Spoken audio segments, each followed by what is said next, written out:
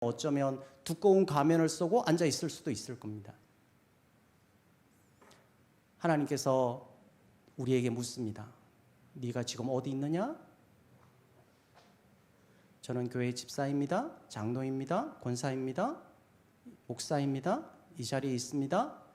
너무 가볍게 이렇게 여길 것이 아니라 진정 하나님께서 말씀하시는 네가 진짜 어디 있느냐? 하나님의 낯을 피해서 숨어있는 우리를 부르신다라는 거죠. 혹시 여러분들이 어디 지금 숨어 있습니까? 성경을 덮어놓고 믿으면서 기복적으로 이게 제 꿈이 되게 해주세요. 이게 저의 응답이 되게 해주세요. 하나님을 앵벌이 만들지 않습니까? 하나님께서 부르십니다. 내가 어디 있느냐? 에베소서 5장 14절에요. 같이 읽어볼까요? 잠자는 자여 깨어서 죽은 자들 가운데서 일어나라. 그리스도께서 너희에게 비추이시리라. 잠자는 자. 무덤이 많은데 무덤 옆에 공동묘지에 사람이 누워 있어요. 무덤 속에 있는 사람이나 무덤 옆에 무덤 위에서 잠자는 사람이나 같단 말이죠. 오늘날 그리스도인들이 세상에 들어가 있는데 그 세상 사람이나 그리스도인이나 똑같단 말이죠. 왜요? 잠자기 때문에. 아무런 영향력이 없잖아요. 직장에서 누군가 옆에 있는 불신자에게, 넌크리스천들에게 아무런 영향력이 없잖아요. 오늘 우리가 일어나야죠. 잠자는 자여, 무능력한 자리에서, 무기력한 자리에서, 아무런 힘도 없는 자리에서 일어나라고 지금 말씀을 하시는 겁니다. 죽은 자들 가운데서 일어나라. 무덤에 있는 사람과 옆에 잠자는 사람이 다른 점은 옆에 잠자는 사람은 일어날 수 있는 거예요. 근데 죽은 자는 일어설 수 없는 거죠. 오늘 우리는 살아있는 하나님의 사람인 줄 믿습니다. 그러면 일어나야죠. 일어나서 당당하게 우리의 빛이 아니라 하나님께서 우리의 비춰주시는 이 빛을 세상 가운데 반사체로서 나타내는 거죠. 빛이 들어옵니다. 여러분들이 저를 볼 수 있는 것은 여러분의 눈이 밝아서가 아니라 이 빛이 저에게 비쳐서 반사되어서 여러분들에게 나타나는 거죠. 태양빛이 비쳐서 이 물체들이 반사되어서 우리 눈에 보여 있는 거예요. 빛이 없어지면 깜깜한 밤에 아무것도 안 보이잖아요. 하나님의 빛이 내게 비쳐가지고 나는 반사체, 하나님을 나타내는 그리스도인이라는 겁니다. 여러분 어디 있습니까? 여러분 한두 번 이제 들어보셨을 텐데 바벨론 아시죠? 바벨론의 아하수에로 왕 아세요? 아하수에로 왕 아시죠? 에스더서 아하수에로 왕이 이제 크세르크세스인데 이 왕의 아버지가 이제 다리오 2세세요. 근데 이 크세르크세스가 왕위를 차지하기까지 원래 다리오 왕 2세가 아내가 둘째 아들을 좋아했어요. 키루스라고 하는 이 둘째 아들을 부모님들은 다 아시잖아요. 많은 자녀들 가운데 더 사랑이 가는 애가 있잖아요. 그죠? 근데 이 왕비도 그랬던 겁니다. 그래서 둘째 아들인 키루스에게 애착이 갔던 거예요. 그래서 이 둘째 아들을 왕으로 삼읍시다. 자꾸 이렇게 종용을 하는데 아버지 입장에선 그래도 맏아들이 왕이 돼야 되지 않겠냐 이러면서 왕을 세워버려요. 근데 이 키루스가 엄마한테 이렇게 이제 좀 조정을 받고 사주를 받으니까 나도 왕이 될 수 있는데 이런 마음이 생기는 거죠. 그러면서 그 크세르크세스에게 이제 저항을 합니다. 몰래 반역을 해요. 그러다가 모함한 게 이제 걸려가지고 감옥에 갇히게 되거든요. 그러면서 엄마가 찾아가서 그래도 사랑하는 형제인데 어떻게 이렇게 감옥에 가둬둘 수 있느냐, 석방해줘라. 그래서 멀리 보내라는 거죠. 그래서 이 키루스가 어디로 가는가 하면 헬라로 가요. 그리스, 오늘날로 말하면 그리스로 도망을 치는 겁니다. 근데 이 키루스 마음에는 나도 왕이 될 수 있어 이런 마음을 갖고 있는 거죠. 그래서 결국 이제 크세노폰이라고 하는, 여러분 플라톤은 다 아시죠? 소크라테스가 있고 플라톤이 있어요. 제자거든요. 그래서 이 크세노폰도 소크라테스의 제자예요. 어쩌면 크세노폰이 이 플라톤보다 더 좀 훌륭한 사람이거든요. 근데 우리가 이제 철학을 배우면 뭐 윤리나 윤리 시간에 이렇게 보면 플라톤 얘기만 쭉 나오고 크세노폰에 대한 얘기는 거의 안 나오죠, 그죠? 근데 이 크세노폰을 통해서 키루스 이제 크세르크세스의 동생, 아하수에로 왕 동생. 그러니까 이 키루스가 사람들을 이렇게 용병을 사는 겁니다. 돈이 왕자다 보니까 돈이 엄청나게 많잖아요. 그래서 이 헬라의 용병들을 사고 또 신하들을 시켜가지고 이 바벨론 주위에 있는 그 용병들을 사기 시작을 합니다. 그래서 2만 명을 모아요. 그래서 형이 알지 못하는 그 시간을 틈타가지고 이제 그 왕위를 차지하겠다라는 거죠. 그러면서 크세노폰이라는 사람이 이제 철학자이기도 하고 소크라테스의 제자이기도 하고 또 그 장군이기도 하거든요. 똑똑하니까 이제 사람들이 이제 그 장군으로 세워요. 장군이기도 해요. 그러면서 작가이기도 해요. 글을 써요. 그래서 이들이 이제 그 지중해를 지나서 육지에 다다라서 이제 그 페르시아로 이렇게 들어옵니다. 한 몇천 킬로를 걸어야 되는 거죠. 그 험난한 시간을 이렇게 걸어와서 바벨론 주위에 있는 용병들하고 함께 연합군을 이루어서 이제 아수에로 왕 크세르크세스하고 이제 전투를 벌입니다. 그곳이 이제 쿠낙사 전투인데 이 쿠낙사라는 지역에서 이제 전쟁을 하는데 처음에는 키루스라고 하는 왕이 다 이겨버려요. 그래서 이제 곧 저 크세르크세스의 목을 그냥 날려버릴 시간이 딱 다가온 거예요. 그런데 그 역사는 그렇게 흘러가지 않아요. 결국 이제 목을 베려고 할 때 저쪽에서 이제 누가 신하한 사람이 군사한 사람이 창을 던졌는데 키루스의 몸에 맞고 말아요. 장수가 없어지니까 왕자가 이제 죽고 나니까 사람들이 막 사분오열 되어지는 거죠. 그때 크세노폰이 이제 도망을 치는 겁니다. 그러면서 한 10,000명을 데리고 이제 흑해 있죠. 흑해 지역으로 이제 도망을 가요. 그러니까 그 기간이 2년이 걸립니다. 2년 동안 올라갈 때 이제 그 페르시아로 올라갈 때 그 과정이 이제 아나바시스라고 해요. 올라가다를 아나바시스라고 하는데 그 올라갔지만 그곳에서 결국은 패배를 해서 돌아오게 되었죠. 2년 만에. 그러면서 고국에 돌아와서 헬라에 와서 이제 글을 하나 쓰는데 그 글이 역사서가 아나바시스라는 제목의 글이에요. 근데 이제 우리가 잘 아는 플라톤의 동굴 비유에서 플라톤은 이 동굴에서 이런 비유를 하죠.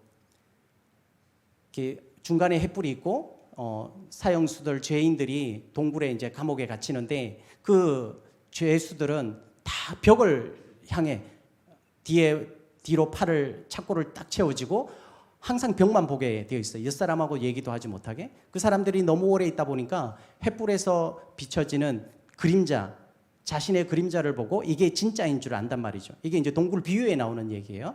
그러면서 이제 한 철학자가 그 동굴에 갇혀 있다가 그 동굴에서 이제 풀려서 감옥을 나오게 됩니다. 나왔더니 진짜 그 수년 만에 빛을 보게 되어지고 그 빛을 보고 다시 동굴에 가서 여러분들이 보는 그 빛은 참빛이 아닙니다. 저곳에 참빛이 있습니다. 라고 얘기를 해요. 그거를 카타바시스라고 해요. 크세노폰은 아나바시스 올라가다 얘기를 했고 올라가서 그냥 그 정복하고 그걸로 끝나는 사람이 있는가 하면 우리가 예수 그리스도를 믿었지만 나아가서 나는 그냥 세상 사람이나 그리스도인이나 차별 없이 그냥 뭐 모양도 냄새도 향기도 전혀 없는 그리스도인으로 살아가는 사람들이 얼마나 많아요. 그런데 깨닫고 다시 돌아가서 그 흑암에 있는 사람, 정말 잘못된 허황된 이상을 바라보고 있는 사람들, 감각적인 세상 속에 살아가고 있는 사람들에게 가서 전하는 사람, 이 사람을 카타바시스라고 하는 거예요. 플라톤이 국가론에서 그걸 얘기하는 거거든요. 오늘 여러분은 어디 있습니까? 그냥 은혜 받고 그냥 눈물 잠시 흘리고 감동받았어요, 은혜 받았어요 해가지고 세상 가운데 가서 아무런 영향력 없는 그냥 세상에 있는 내 꿈을 성취하려고 하는 그런 사람인지, 아니면 이곳에서 은혜 받고 세상에 가서 그곳에 있는 정말 진리를 알지 못하는 사람들에게 가서 여러분 이건 참빛이 아닙니다, 이거는 허상입니다, 이건 그림자입니다 라고 얘기할 수 있는 카타바시스가 될 것인지 여러분 한번 결단해 보시기 바랍니다. 세 번째는 어디로 가고 있습니까? 라는 질문을 던집니다. 내가 너와 함께 있어 어디로 가든지 너를 지키고, 이 말씀들은 수없이 믿음의 선진들에게 하시는 말씀들이거든요. 여호수아서 1장 7절에 강하고 극히 담대해서 나의 종 모세가 너에게 명령한 그 율법을 다 지켜 행하고 우로나 좌로나 치우치지 말라. 그리하면 어디로 가든지 형통하리라. 지금 우리는 어쩌면 많은 그리스도인들이 감각적인 세상, 우리가 이제 철학에서 말하는 이데아 세상이 있어요. 좀 더 현실보다는 조금 더 높은 그런 가치의 삶을, 그런 삶을 이제 많이들 원하죠. 프로이드가 이제 그 성격 발달에서 그런 얘기를 해요. 원초와 자아, 초자 이렇게 설명을 하거든요. 원초와는 동물적으로 살아가는 거예요. 먹고 있고 그냥 싸고 뭐 그냥 그 쾌락 이런 거 동물들도 다 하는 거예요. 그거는 동물들 다 하는 거예요. 그죠? 여러분이 집에서 키우시는 애완동물들이 다 하는 것들이에요. 그렇게 여전히 세상에서 살아가는 사람들이 얼마나 많은지 몰라요, 세상에. 그런데 우리가 학습을 하고 교육을 받고 뭔가 도전을 받고 그러면 조금 더 가치를 올려요. 그러면 자아가 생겨요. 그래서 맷집이 생겨서 그래도 내가 이렇게 살면 안 되지. 지정의가 이렇게 분화가 되어져서 옳고 그름을 분명하게 분별을 해요. 그래도 나는 그리스도이니까 그렇게 살면 안 되지. 스탑을 할 줄 안단 말이죠. 근데 우리는 그곳에서 멈추는 게 아니라 한 단계 더 올라가면 초자아라는 게 있어요. 하나님이 원하시는 그냥 이데아의 세상이 아니라 더 가치 있는 세상이 있단 말이에요. 하나님의 나라. 여러분은 소망하고 계십니까? 이 세상의 것은 여러분 생각을 해보십시오. 지금 이 모든 것들 내가 뭔가를 세우고 뭔가를 부여잡고 뭐 어떤 자리에 오르고 그게 아주 순간이거든요. 지나놓고 보십시오. 퇴직하신 분들 한번 생각을 해보십시오. 여러분들이 무엇을 위해 그동안 그토록 그렇게 힘쓰고 애썼습니까? 아무것도 아니잖아요. 다 지나가는 것들이에요. 잡으려고 했는데 잡은 것 같은데 손을 펴면 없는 거예요. 그림자와 같은. 이게 우리 인생 아닙니까? 흙이 하늘로 던지면 그냥 말 그대로 먼지밖에 안 되는 거거든요.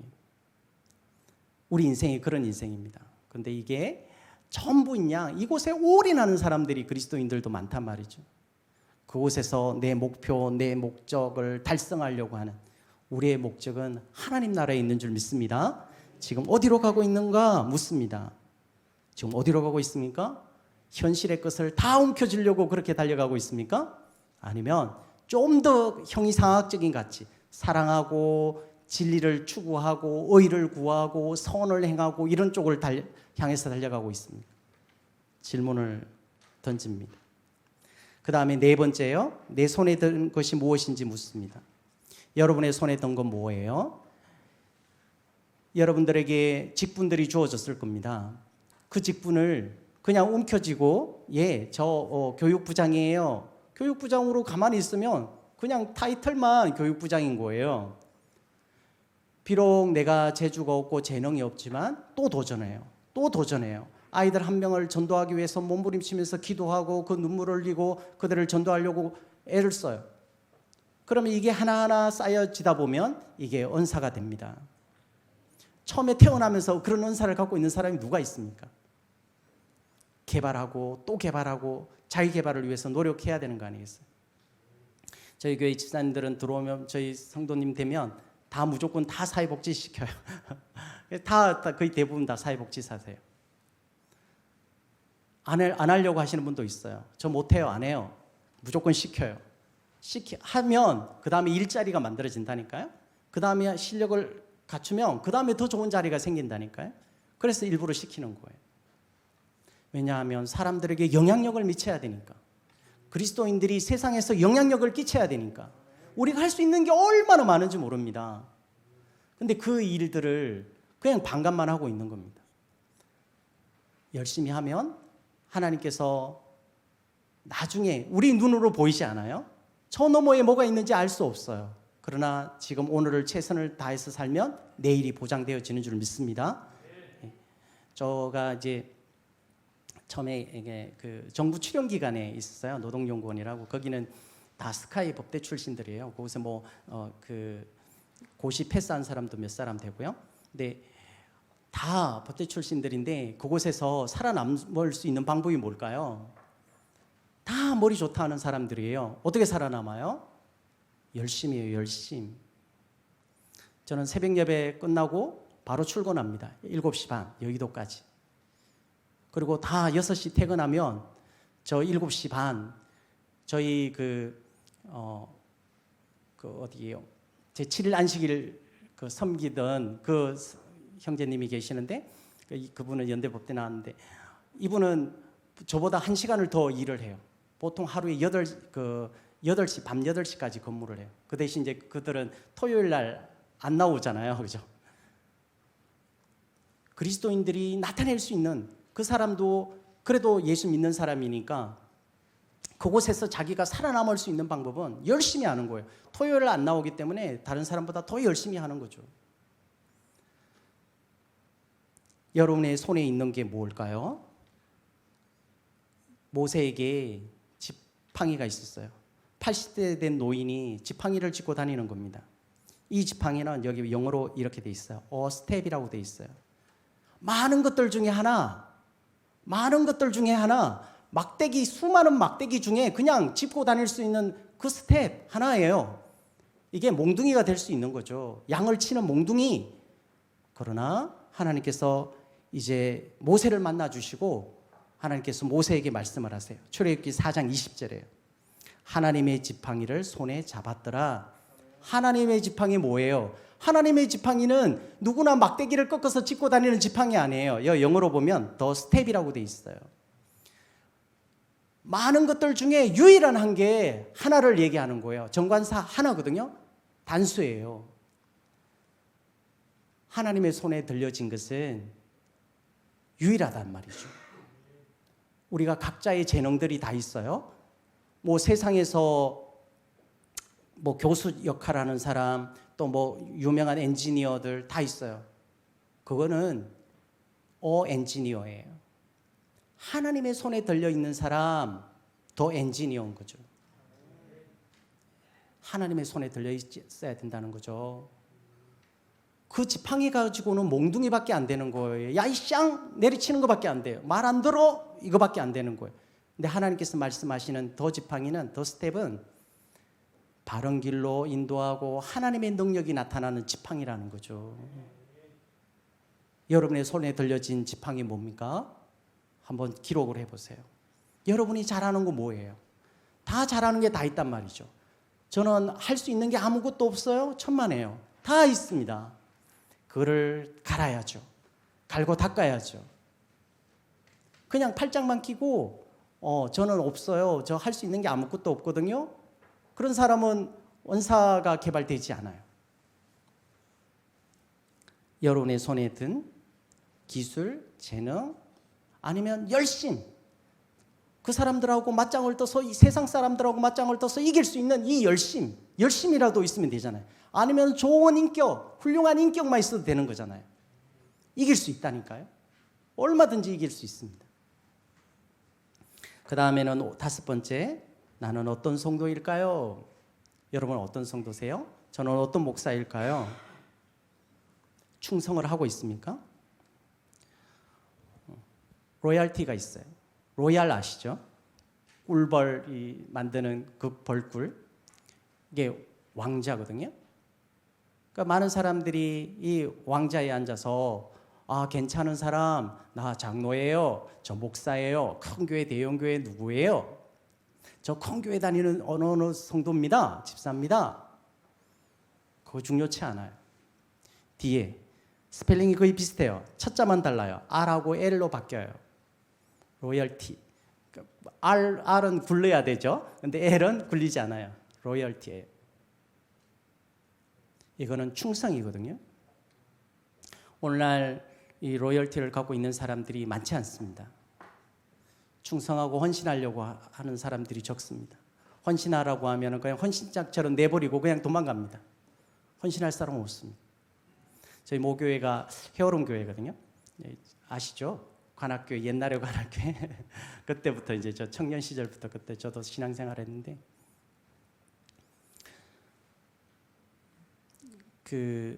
지금 제가 이 교회에 오면서 항상 느끼는 게 있어요. 지금도 여기 살짝 눈물이 있는데 이 교회가 세워지려면 성도들의 눈물이 있는 겁니다. 여러분들의 다 눈물이 여기 배어 있죠?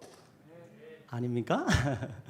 이곳에 헌신하고 비록 벽돌은 아니지만 벽돌 한 장 한 장, 한 층 한 층, 이 타일 한 장조차도 누군가의 눈물이고 누군가의 헌신이고 누군가의 봉사에 의해서 생기진 줄 믿습니다. 그것 때문에 저는 눈물이 나는 거예요. 교회를 건축한다는 게 얼마나 힘든지 알기 때문에 우리의 삶을 다 들여 어쩌면 그렇게 해야지 교회가 건축되는 것을 알기에 눈물이 나는 거죠. 저희 그 헤어롬 교회도 3,500평에 또 뒤에 200평 또 150평 이렇게 있어요. 거의 10년에 걸쳐서 건물을 또 짓고 또 짓고 또 짓고 땅 사고 그렇게 그 당시 한 600명 성도밖에 안 되는데 3,500평을 지으려면 얼마나 힘들겠어요. 생각을 해보세요. 집 가지고 있던 분들은 팔아서 전세로 가고 전세에 있던 분들은 월세로 가고 눈물 날 정도로 헌신해서 교회가 세워지는 겁니다. 의자 하나하나가 여러분들의 눈물 어린 그런 헌금들이기 때문에 눈물이 나는 거예요. 크든 작든 그게 중요한 게 아니에요. 그곳에는 누군가의 눈물이 누군가의 헌신이 담겨 있기 때문이죠.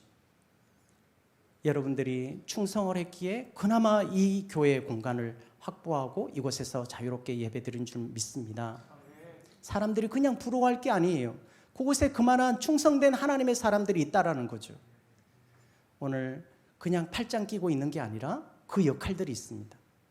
목회자는 목회자로서 또 장로님, 권사님, 집사님들 그 역할들이 다 있단 말이죠. 그 역할을 외면하고 등 돌리고 그냥 숟가락만 얹어서 그냥 성도로서 생활하는 거 이건 바람직하지 않아요. 저희 교회는 성도님 많지 않아요. 그런데 저희 교회가 보통 한 200명 모이는 교회만큼 선교를 한단 말이죠. 믿겨지세요? 재작년 같은 경우는 거의 1,700만 원 선교비로 나갔거든요. 사람들은 놀래요.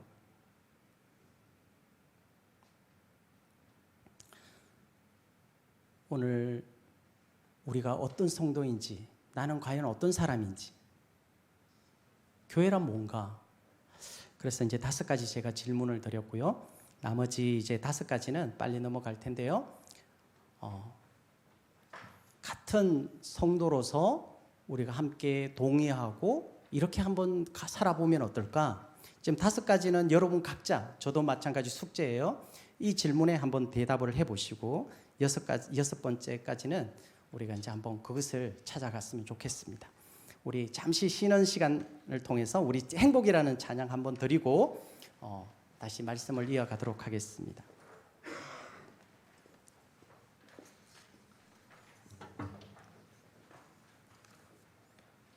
이 행복이라는 찬양을 한 1년 전에 저희 자녀가 둘인데 둘이 남매가 이 찬양을 부르는데 제가 의자에 앉아서 많이 울었어요. 속으로.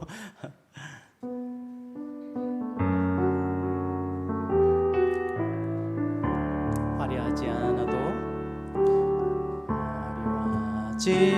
정결하게 사는 삶, 정결하게 사는 삶, 가진 것이 적어도 감사하며 사는 삶, 내게 주신 작은 힘 나눠주며 사는 삶, 이것이 나의 삶의 행복이라. 눈물 날 일 많지만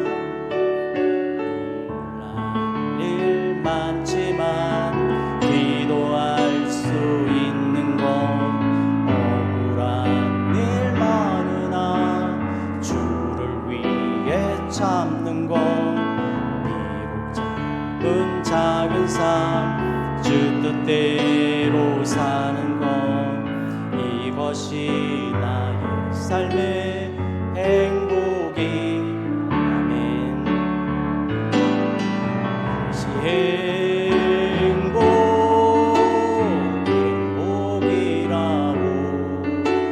세상은 알 수 없는 하나님 선물. 이것이 행복이라고 하나님의 자녀로 살아가는 것.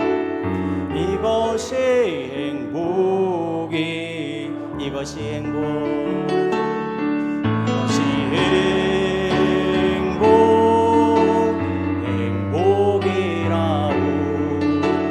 세상은 알 수 없는 하나님 선물.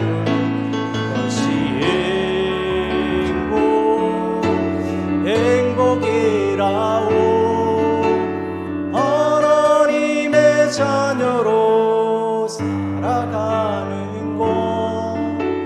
이것이 행복이라고.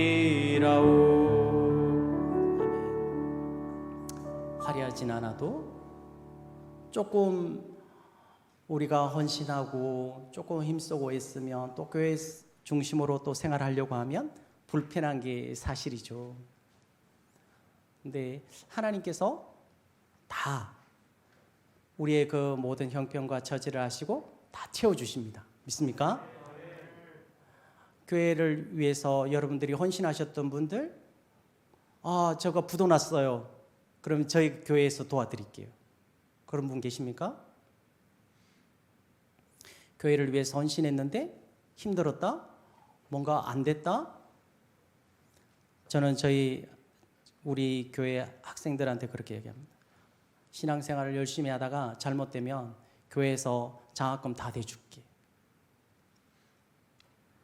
그 정도 배짱이 없습니까?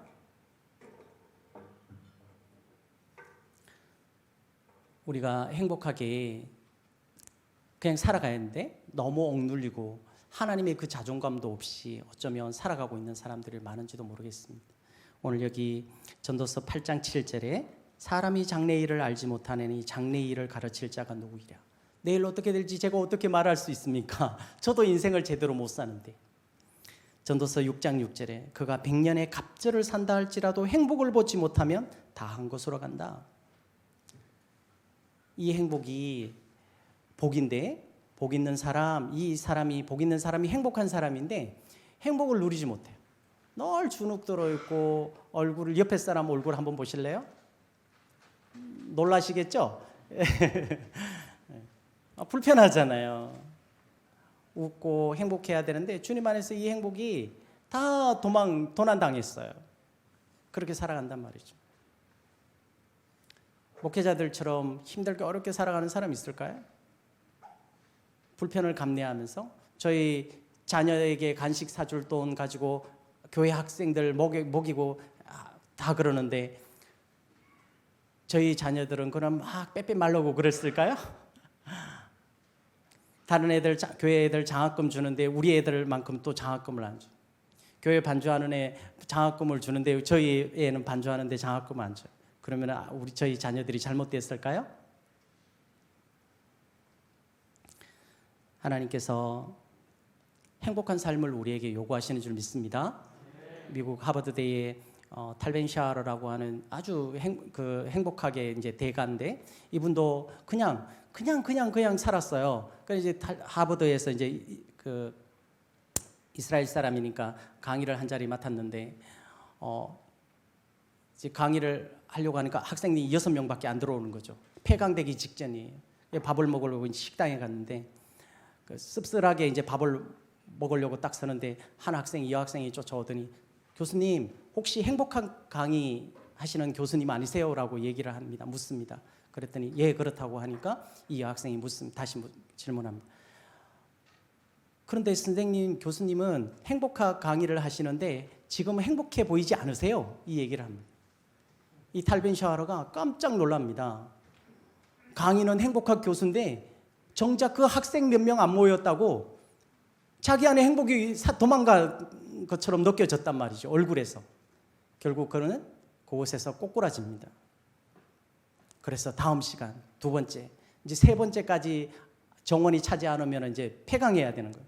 두 번째 갔더니 16명, 그 다음에 40명, 그 다음에는 800명, 그 다음에는 하버드에서 가장 큰 강의실, 그 800명이 줄 서가지고 들어올 정도로 3, 4초면 그냥 강의가 동날 정도로 그런 유명한 강사가 되었거든요. 여러분 행복하십니까? 그리스도인이십니까? 누군가 묻습니다. 그리스도인이세요? 예, 저 그리스도인입니다. 그런데 어떻게 그리스도인의 냄새가 안 납니까? 부끄럽잖아요. 이때 꼬꾸라셔야죠. 아이가 질문을 합니다. 선생님 기독교인이세요? 그런데 왜 기독교인 냄새가 안 나세요? 이럴 때 꼬꾸라셔야 되는 거 아니에요? 아이들의 그 한마디, 지나가는 이웃 사람들의 그 한마디, 그곳에 내가 꼬꾸라져야죠. 그곳에서 시작돼야 될 거 아니겠어요? 예. 전도서 3장 11절 말씀에 같이 읽어볼까요? 하나님이 모든 것을 지으시되 때를 따라 아름답게 하셨고 또 사람들에게는 영혼을 사모하는 마음을 주셨느니라. 때를 따라 지금이 행복의 시간이에요. 내가 집을 좀 넓히고 화장실이 2개 있고 방이 좀 넓고 뭐 옆에 시골에 또 집도 하나 마련하고 이게 행복 아니에요. 지금이 행복인 줄 믿습니다. 예, 지금을 즐길 수 있어야죠. 그리고 영혼을 사모하는 마음, 이성의 현실의 세계, 감각의 세계, 만지면 촉각이 느껴지고 또 누구를 찌르면 아파지고 이 현실 세계보다 더 이상적인 세계가 분명히 있단 말이에요. 그게 하나님의 나라를 얘기하는 거거든요. 그래서 그 영원한 나라를 지금 우리 인간들은 그냥 결국은 흙으로 돌아갈 존재 아닙니까? 근데 이 흙의 존재이지만 영혼을 사모하는 마음을 주셨대요. 3장 11절에. 그래서 하나님이 하시는 일을 시종은 우리가 알 수 없지만 지금을 행복하게 살고 기쁘게 살아가는 거죠. 교회 오니까 성도님들이 함께 식당 봉사도 하시고 함께 교제하는 모습 봤을 때 되게 뿌듯했어요. 그래, 이래야지. 예. 사회에 나가서도 또 그래야죠. 그죠? 직장에서 함께 그들에게 막 맞장구를 쳐주고 그에 비위 맞추고 그런 게 아니라 그리스도인으로서 향기를 드러내면서 그들에게 영향력을 끼쳐야 수 있는 그런 그리스도인이 되어져야 되겠습니다. 그 다음에 7번째요. 심은 대로 거둡니다. 갈라디아서 6장 7절 우리 같이 읽어볼까요? 시작. 스스로 속이지 말라. 하나님은 업심여김을 받지 아니하시나니 사람이 무엇으로 심든지 그대로 거두리라. 육체를 위하여 심으면 육체로부터 썩어질 것을 거두고 성령을 위해 심으면 성령으로부터 영생을 거두는 거예요. 이게 자연의 법칙이면서 영적인 법칙인 거잖아요. 우리 교회 성도님들 지금 뒤에도 몇 분 와 계시는데 10의 1을 드리세요. 눈물 나요, 제가. 10의 1을 드리세요? 여러분들 어떠세요? 돈 얘기하면은 막 심장이 벌렁벌렁 하시죠? 10의 1을 드리는데 가난하게 살아요? 가난하게 살면 저희가 도와드린다니까요.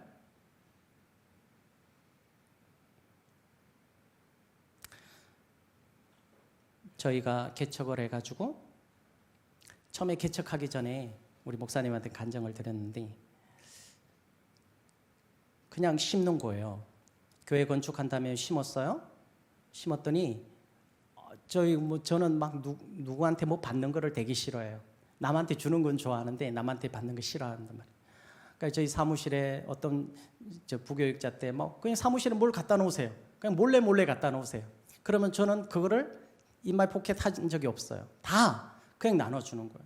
어떤 권사님이 양복 회입을 하면서 50만 원 주는데 제가 양복을 스리랑카 친구 그 영어 교사인데 이 친구가 이제 돌아가는데 그 돈을 못 받은 거예요. 사장님한테 돈을 못 받고 그냥 쫓겨나야 되는 그런 상황이에요. 그래서 그 친구 그래도 자기 집에 돌아가는데 양복은 한번 빼입고 가야 되는 거 아니에요. 금이 환영은 해야 될 거 아니에요. 그래서 양복을 하나 사줬어요. 다른 옷하고. 그랬더니 어떤 집사님이 저에게 이런 양복들 있잖아요. 10벌을 해주셔요. 어떤 분이 그때 강도사 시절에 강도사님 이거 교회 혹시 개척을 제가 기도하는데 교회 개척하실 것 같은 마음이 들어서 그러는데 이거 개척하는데 보태 쓰세요. 어떤 분은 200만 원, 어떤 분은 300만 원. 저희 통장에 제가 통장 번호를 절대 안 가르쳐 주거든요. 저희 아내를 통해서 통장 번호를 알고 그 통장에다가 몇백이 쌓였어요. 제가 그거 안 썼어요. 제가 기도한 금액이 있단 말이죠. 그거 선교사님한테 다 보내버렸어요. 500만 원. 그랬더니요 5천만 원이 들어왔어요. 안 믿겨지시죠? 제가 비록 이렇게 살지만 조지 밀러와 같은 그런 기도 응답을 수없이 많이 했어요. 앞에서 제가 그 정부 출연 기간 다니다가 IMF 때 노숙자를 만나고 그 노숙자를 통해서 제가 해야 될 일이 뭔지를 깨닫고 직장을 그만두고 이제 프리랜서로 일을 했어요. 그러니까 한 주 만에 한 200 벌어요. 20년 전에. 그러니까 책만 이렇게 만들어 가지고 해주는데 한 200 벌어요. 20년 전에. 그 당시에 월급이 뭐 한 120, 많은 사람이 한 120만 원 정도밖에 안 됐거든요. 그리고 나머지 3주는 제가 교회에서 봉사했어요. 부교육자보다 더 열심히 했어요.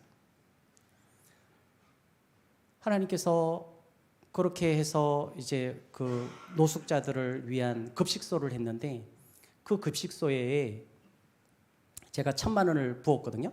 1,000만 원을 했는데 1,000만 원이 다 떨어져 가니까 이제 더 이상 할 데가 없어요. 그러니까 이제 저를 도와주는 청년들은 그냥 몸으로 봉사하는 사람이에요. 실질적으로 그거를 물건을 살려면 돈이 필요하잖아요. 근데 도와주지 않는 거죠. 그래서 마지막 날이 돼서 하나님 앞에 기도했어요. 하나님, 제가 어떡하죠? 지금 돈이 다 떨어졌는데 이 지금 급식소에 친구들이 기다리고 있을 텐데 노숙자들이 기다리고 있는데 제가 어떻게 해야 됩니까? 마지막 인사를 해야 되는데 어떻게 좀 했으면 좋겠습니다라고 기도했어요. 제가 기도하고 딱 5분 안에 5분도 안 됐어요. 일반 전화로 탁 왔어요. 형제님, 급식소를 운영한다면서요? 저희 빵집에 빵이 이렇게 많이 남았는데 누가 주문을 해서 안 가져갔습니다. 이거 혹시 어디 쓸 데 없을까요? 제가 5분 전에 기도했거든요. 하나님 좀 도와주세요. 얼른 갔는데 빵이요 요만큼 안 해요. 몇 봉지 안 해요. 큰 마대자루에 2봉지예요. 70명을 먹이고도 남는. 그래서 이제 줬어요. 그러면 그날로 끝나야 되는 거잖아요. 마지막. 그런데요, 하나님께서 그 캐터링 회사 결혼식을 하는데 뷔페를 납품하는 그 회사가 있는데 그 회사가 이제 뷔페를 하고 남잖아요, 음식들이. 그 음식을 처분할 데가 없는 거예요. 그래서 저희한테 연락을 해서 그렇게 하고 서울시하고 또 연락을 해서 또 연결되어지고 그렇게 해서 급식소를 또 꾸려갔어요. 기도할 때마다 어떤 분이 반찬 갖다 주시고 진짜 조지 밀러와 같은, 제가 청년 때 그렇게 기도했거든요. 하나님, 저도 조지 밀러와 같은 그런 사람이 되고 싶습니다. 수없이 응답받았어요. 그것을 알기 때문에 그냥 들어와도 흘러보내면 그 다음에 들어온다니까요. 한번 해보세요. 그래서 우리 성도님들이 10의 1을 할 수 있는 거예요. 안 되면 교회에서 직장 마련해 준다니까요. 그 정도 배짱 없습니까? 심은 대로 반드시 거둡니다. 교회 우리 교회 세울 때 헌금이 다 들어왔어요. 설립 예배 때. 그거 고스란히 다 흘러보냈어요. 800만 원. 선교비로 다 줬어요. 한 푼도 안 썼어요. 그래서 첫 해 이제 결산을 하는데 딱 첫 해에 4,800만 원 예산이. 성도가 10명밖에 등록이 안 됐는데. 하나님은 지금도 심는 자에게 그대로 거두게 하시는 줄 믿습니다. 예, 작은 거 하나라도 정말 그냥 하지 말고. 저희는 헌금 주머니도 없어요. 돈 얘기 제가 한 번도 안 한 것 같은데요. 우리 지금 13년 동안 목회하면서 그냥 저 밖에 헌금함이 있어요. 그런데 다 하세요. 11조 다 하세요. 10의 2 거의 대부분 다 하세요. 그냥 작은 거라도 정말 아무것도 없지만 우리가 외식할 거 잠시 줄이면 그거 할 수 있잖아요. 한번 심어보세요. 그리고 교회뿐만 아니라 우리가 지역에서 그리스도인으로서 돌봐야 될 기관들이 NGO 단체들이 얼마나 많아요. 그 기관들에 몇만 원이라도 한번 심어보세요. 극동방송에 수없이 간증이 들려오잖아요. 뭐 어떻게 됐다 어떻게 됐다 어떻게 됐다. 사실이라니까요. 작은 거 하나 한번 심어보세요. 정말 작은 거라도 주님의 이름으로 커피 한 잔이라도 한번 대접해 보세요. 그러면 넘치도록 해주세요. 자, 그 다음에 8번입니다. 하나님께 영광을 돌리도록 힘써야 됩니다. 고린도전서 6장 19절에서 20절인데요. 너희 몸은 너희가 하나님께로부터 받은 바 너희 가운데 계신 성령의 전인 줄 알지 못하느냐. 너희는 너희 자신의 것이 아니라. 우리는 우리 자신의 것이 아니래요. 우리는 내 몸은 내 거라고 생각을 하잖아요. 근데 오늘 여기에 값으로 산 것이 되었으니, 값으로 사셨대요. 여러분을 핏값으로 여러분을 사신 거예요. 종의 모습으로 살아가든 죄의 종의 모습으로 살아가든 우리를 주님께서 사셨어요. 양자 삼으셨단 말이에요. 더 이상 종의 자녀, 노예가 아니라는 거예요. 알렉스 헤일리의 뿌리, 저는 학생 때 그걸 읽고 지금 영화로도 뭐 많이 방영이 됐는데, 킨타쿤테가 조상이잖아요. 킨타쿤테가 엄청나게 아주 유명한 사람이거든요. 그 밀림 지역에서. 그런데 이 노예 사냥꾼들이 와가지고 족쇄를 채워서 미국으로 끌고 가잖아요. 그래도 자기가 족장 출신이니까 이 자존감이 있단 말이에요. 남의 이제 팔려가지고 돈 몇 푼에 팔려가지고 몇 달러에 팔려가지고 남의 집에 노예로 끌려가면 너무 억울해서 못 살겠는 거죠. 밀림에서는 자기가 최고였는데, 그러니까 또 탈출해요. 또 잡혀요. 또 탈출해요. 4번이나 그렇게 탈출을 하거든요.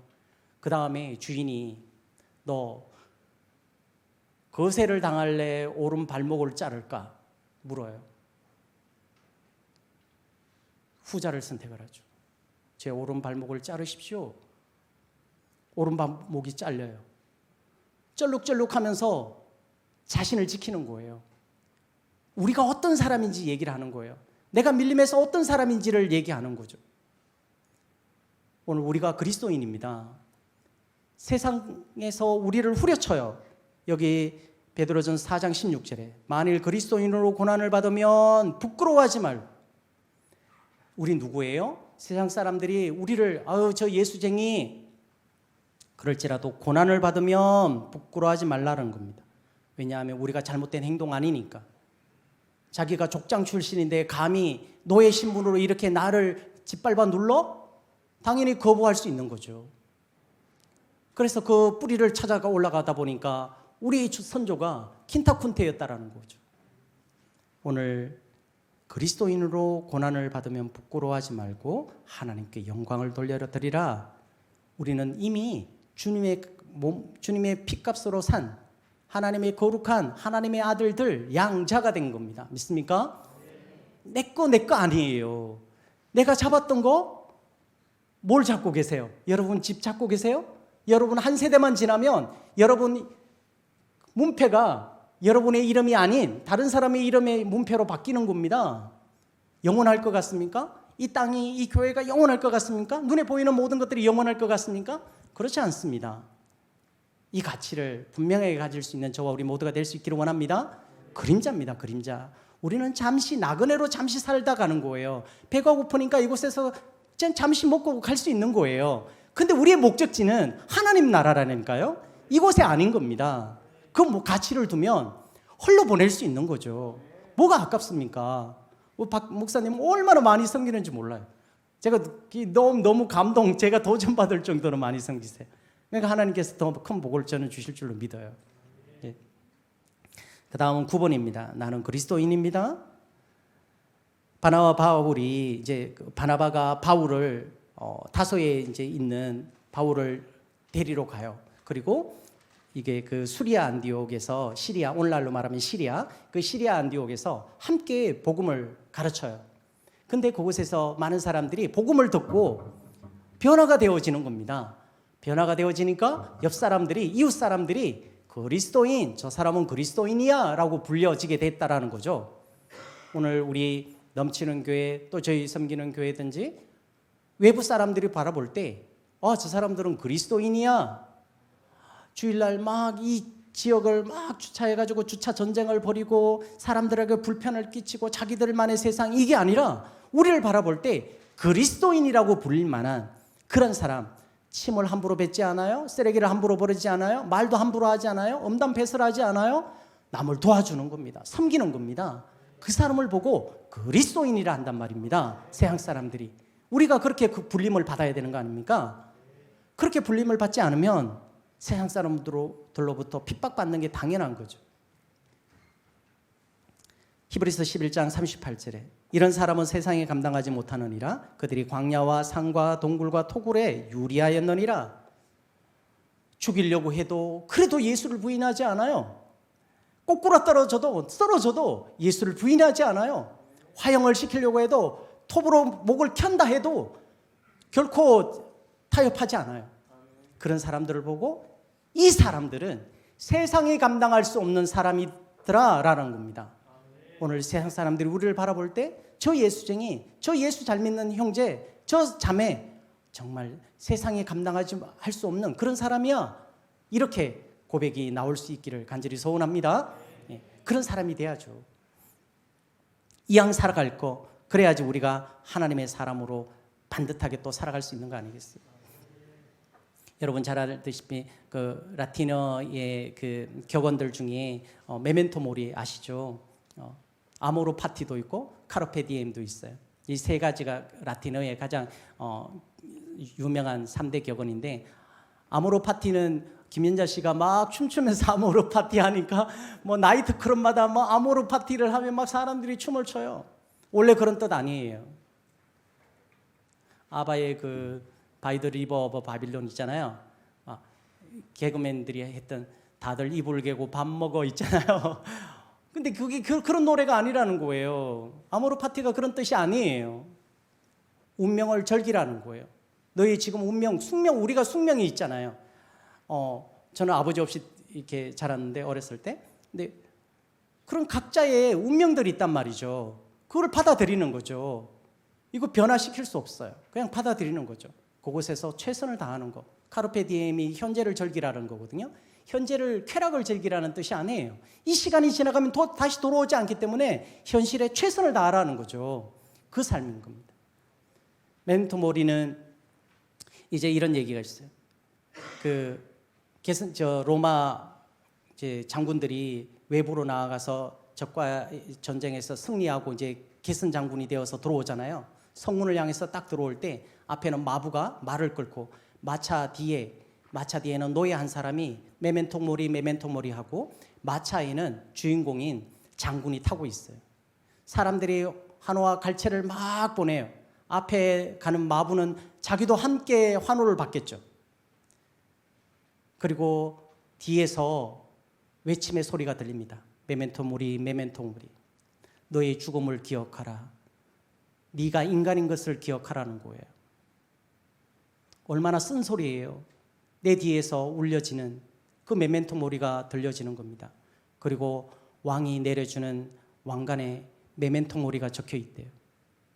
너의 죽음을 기억하라. 너는 인간인 것을 명심하라는 거예요. 오늘 우리 높고 화려하고 뭔가를 가지고 있고 그런 것 같지만 죽음을 기억할 수 있는, 죽음을 영광스럽게 준비할 수 있는 저와 우리 모두가 될 수 있기를 원합니다. 조금만 더 살려주세요. 조금만 더 살려주세요. 이 어려움이 지나가게 해주세요. 이런 게 아니라 죽음이 맞닥뜨려 올 때 할렐루야 하고 주님을 맞이할 수 있는 저와 우리 모두가 되어져야 될 줄 믿습니다. 죽음 직전에 함부로 얘기할 수 있는 건 아닌데 병원에 가서 내 목숨, 내 생명 조금만 연장시켜 주세요. 그런 것보다 그 들어가는 비용을 선교에다가 올인을 하고 하나님께 가는 게 더 아름답다고 저는 생각을 하는 사람이에요. 의사들은 우리가 안 도와줘도 돈 잘 벌어요. 당당하게. 10번에요. 마지막인데요. 신실한 청지기로 살아갑시다. 시편 110편 3절 한번 읽어볼까요? 주의 권능의 날에 주의 백성이 거룩한 옷을 입고 즐거이 헌신하니 새벽 이슬 같은 주의 청년들이 주께 나오는도다. 거룩한 옷을 입고 준비해야죠. 마지막 때 잠시 잠깐입니다. 제가 한동안 10여 년 동안 얘기를 안 했는데 저 하나님께서 콜링하실 때 그런 꿈을 꾸었어요. 아니요, 저 안 해요. 저 그냥 장로 될래요. 막 이랬단 말이죠. 기도하시는 분들이 아니야, 뭐, 집사님 하나님께서 부르셔, 빨리 응답해. 산기도도 막 다니고 그랬거든요. 근데 5월달에 신대원 가게 5월달에 전해에 하나님께서 보여주신 환상이 있어요. 막 끔찍한 환상이었어요. 막 불심판이 이루어지는데 사람들이 막 그 불에 다 타 죽는 거예요. 바위 밑에 사람들이 피해요. 바위 밑은 안전할 거라고. 근데 바위가 굴러서 사람을 막 찍어떨어요. 피가 다 터져버려요. 근데 저 위에서 하늘에서 하얀 마차가 엄청난 속도로 달려옵니다. 불심판이 일어나니까 사람들이 안절부절 못할 때 저기서 내려오는 그 마차에 볼 수 없어. 너무 하얘니까 이 교회에서 흰 옷 입은 사람 한 사람 태우고 저 교회 가니까 두 사람이 있어요. 또 태우고. 그러가 마차가 샥 올라가요. 제가 그걸 바라보고 있어요. 하나님, 저는 안 데려가십니까? 하늘에서 막 동아줄이 막 내려와요. 사람들이 그 동아줄을 너무 뜨거우니까 그 동아줄을 막 잡아요. 그런데 저를 구름 위로 샥 올려보내는데 그 구름 위에서 보니까 마귀가 동아줄을 내리고 있어요. 그 동아줄은 썩어서 나중에 뚝뚝 다 떨어져요. 사람들이 그 매달려서 하늘에서 떨어진가 막 다 피범벅이 되는 거예요. 그거를 보고 나서 얼른 꿈이 깼어요. 그곳에서 하나님 앞에 굴복하면서 하나님이 원하시면 제가 신학을 하겠습니다. 그렇게 했다니까요. 거룩한 옷을 우리가 얼마나 입고 준비하고 살아가는지 한번 봤으면 좋겠습니다. 역대상 17장 8절 다윗에게 말씀을 합니다. 네가 어디로 가든지 내가 너와 함께 있어 내 모든 대적들을 네 앞에서 멸하였은즉 세상에서 존귀한 자들의 이름 같은 이름을 너에게 만들어 주리라. 세상에서 존귀한 사람, 똑같은 사람 아니고 세상에서 존귀함을 받는 아주 존경받고 귀한 이름, 그런 하나님의 사람들이 될 수 있기를 주님의 이름으로 소원합니다. 그냥 묻어가는, 그냥 있으나 마나한 사람이 아니라 뭔가 있으면 분명한 흔적을 남기고 영향력을 끼칠 수 있는 그런 사람, 하나님께서 그런 사람을 쓰시는 거 아닙니까? 수많은 사람이 아니라 정말 하나님께서 요구하시는 그런 사람, 마음이 합한 그런 사람, 그런 사람들이 하나님께서 아름답게 또 쓰실 줄로 믿습니다. 예, 우리 두 손 들고 이 찬양하고 기도하고 마치도록 하겠습니다. 두 손 들고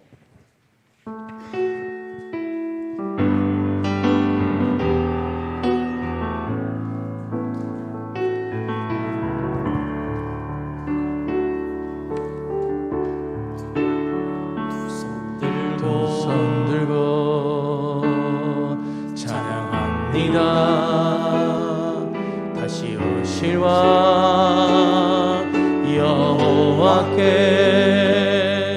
오직 주만이 나를 다스리네. 두 손 들고 찬양합니다. 찬양합니다. 다시 오실 왕 여호와께 오직 주만이 나를 다스리네. 주님만을 섬기리. 나 주님만을 섬기리. 헛된 마음 버리고 성령이여 내 영혼 충만하게 하소서. 충만하게 하소서. 주님 앞에 내 생명 드리리라. 제가 말씀을 준비하면서 오해하지 말고 들었어요. 보세요. 교회가 세워지기까지 많은 사람들의 그 눈물이 있고 그 헌신들이 있습니다. 이 하나하나가 여러분들의 눈물이었고 헌신이었어요. 근데 저 안에 들려지는 것은 이제 교회가 지하 2층, 지상 3층, 거의 뭐 4층까지 이렇게 하면 거의 한 300평이 좀 넘잖아요. 근데 교회에 조금 부채들이 있는 것 같아요. 근데 결국은 여러분들이 함께 힘을 다해서 이것을 이제 또 갚아 나가야 되는 그런 상황이잖아요, 그죠? 그래서 여러분들이 이렇게 좀 작정을 하시면 좋을 것 같아요. 이제 한 300평이면 나는 1년에 뭐 한 평 하겠습니다. 나는 2년에 한 평 하겠습니다. 그렇게 해서 이제 빚을 좀 다 갚고 교회가 그 이자 내는 거 이거 가지고 마음껏 선교하면 하나님께서 엄청 복 주실 거 아니겠어요? 그렇게 교회를 세워가면 얼마나 좋을까.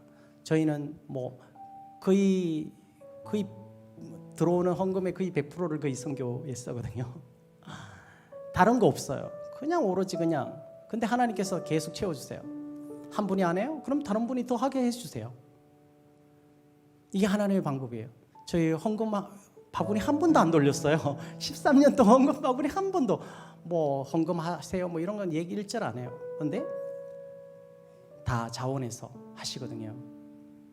여러분들이 이제 각자 여러분의 이름으로 한 평씩 한 500만 원 정도 될 것 같아요. 그러면은 내가 한 평 올해 아니면은 내가 10의 2를 들여서라도 한 평 사겠습니다.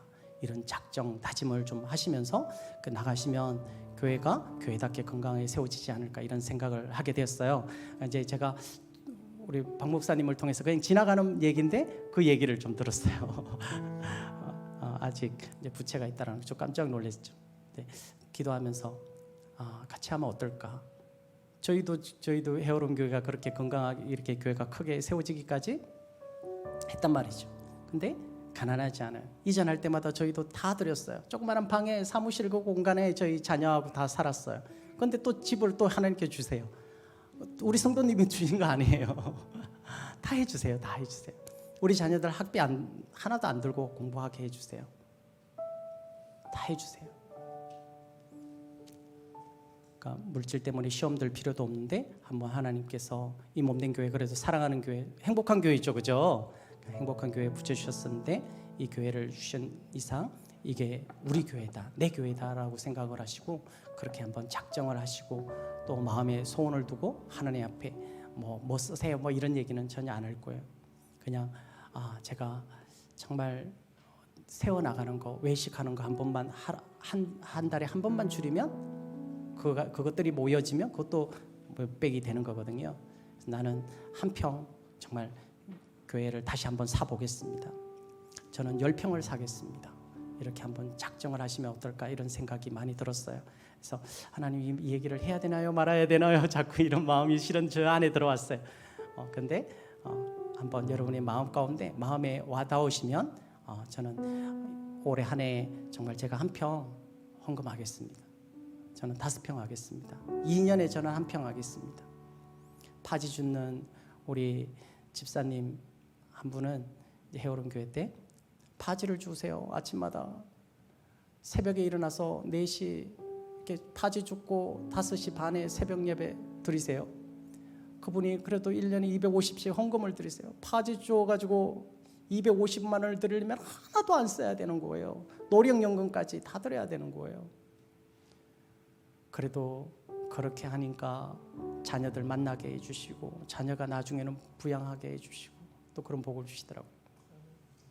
우리 두 손 들고 찬양합니다. 다시 한번 찬양하면서 정말 하나님 제가 몸된 교회를 위해서 직분자로서의 역할을 감당하겠습니다. 그냥 우두커니 서 있는 사람이 아니라 정말 하나님 저를 사용해 주십시오. 우리 가정을 복 주십시오. 제가 10의 1을 드려도 정말 아깝지 않는 그런 헌신자가 저는 되기를 원합니다. 하나님 저를 축복해 주십시오. 이런 마음을 담아서 우리 한번 다시 한번 이 찬양 드리고 기도하고 마치겠습니다.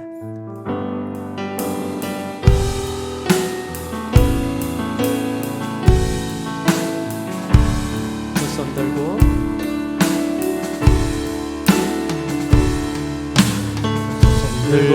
찬양합니다. 찬양합니다.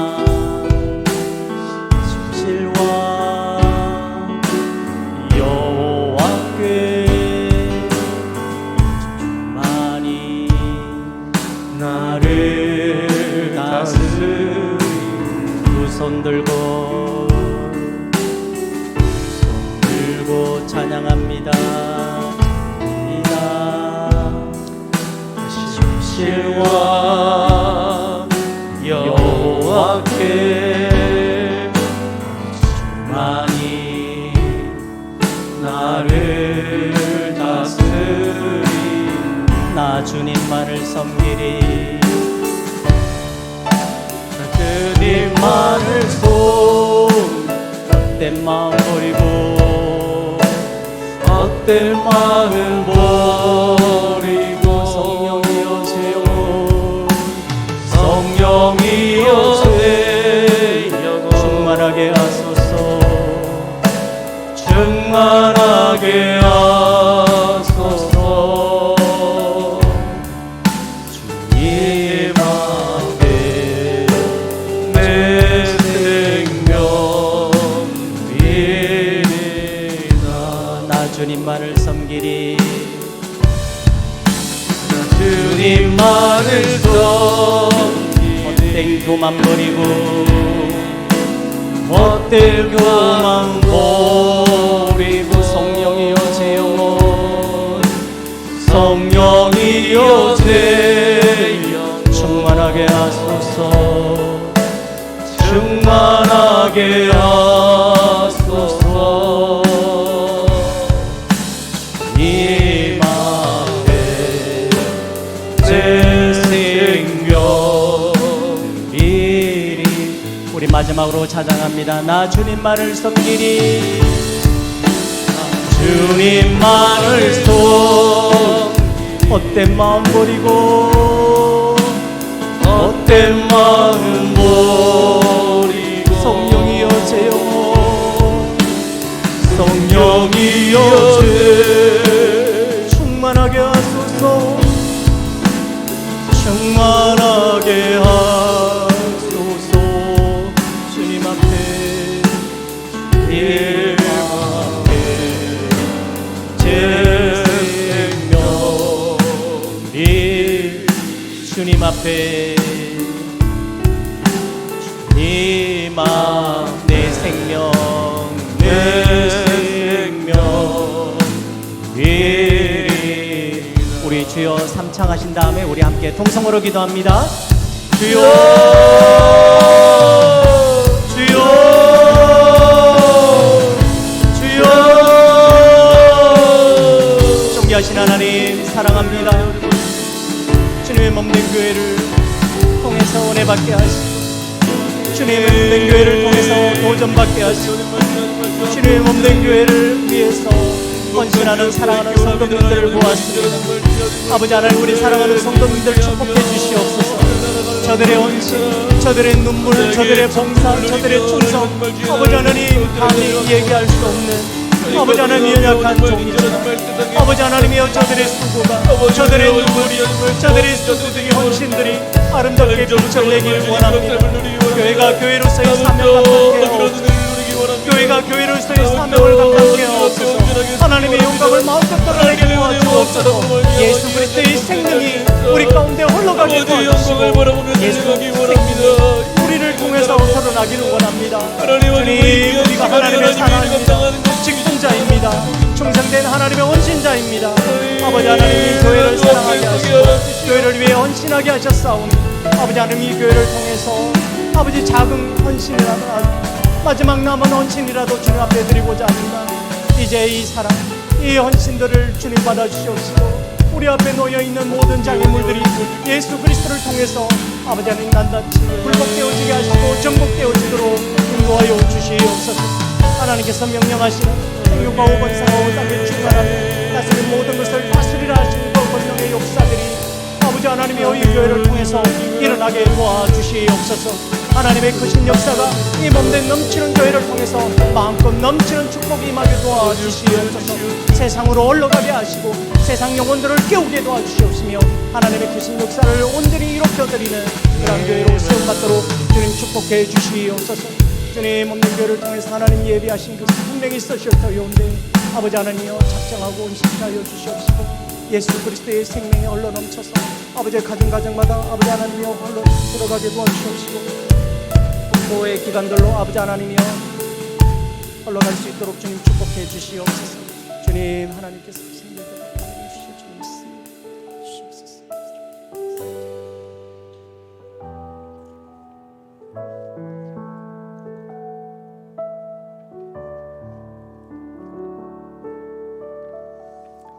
참 좋으신 하나님,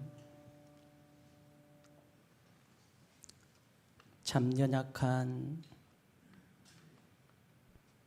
티끌에 지나지 않은 저희들을 부르셔서 진흙을 이기시고 또 빚어가시다가 우리가 그릇된 길을 가면 다시 토판에 내려쳐서 짓이겨서 다시금 연단을 주시고 그 연단 과정을 또 통과하게 하시는 하나님의 솜씨에 맞도록 아름답게 빚어지기까지 늘 토판에 내려치는 그런 존재가 아니라 우리의 존재를 다시금 인식하게 하시고 내가 어디 있고 나는 어떤 존재이고 나는 무엇을 향해서 달려가고 있는지를 오늘 질문들을 통해서 평생의 숙제를 안고 거룩하게 준비하는 하나님의 거룩한 믿음의 백성들 다 되어지도록 축복해 주시기를 간절히 소원합니다.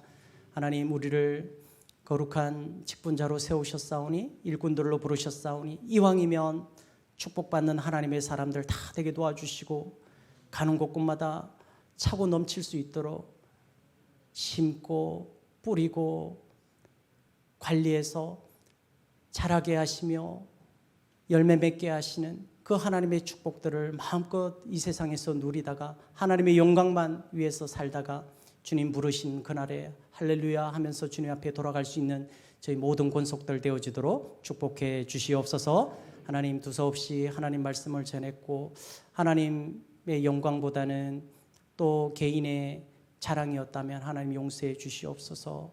이 시간 우리 사랑하는 성도님들 마음 가운데 부푼 꿈을 안게 하시고 또 거룩한 사명을 갖게 하시며 또 교회를 섬기는 책임감을 갖게 하셔서 주의 몸 넘치는 교회가 말 그대로 교회 이름답게 넘치는 풍성한 그런 교회로 건강하게 자리매김할 수 있도록 축복해 주시옵소서. 감사드리오며 살아계신 예수님의 이름으로 기도드렸습니다. 아멘.